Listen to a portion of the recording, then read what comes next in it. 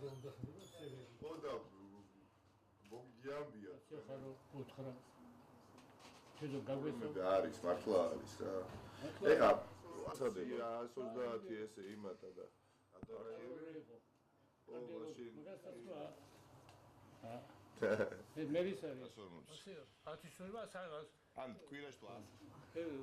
ჩემი საქმე მეგრადი მარტინვალეს ქონდა. ფასებმა საგრძნობათ იმატეს მედიკამენტებზე, სასიცოცხლო მნიშვნელოვან მედიკამენტებზე, რაც ყოველდღიურად გჭირდება თქვენ. და რაც ყოველდღიურად გჭირდება. კი ბატონო, გჭირდება და შესაბამისად აღმოჩნდა ის, რომ მედიკამენტების გარეშე რჩება ბევრი ძალიან სოციალურად დაუცველი.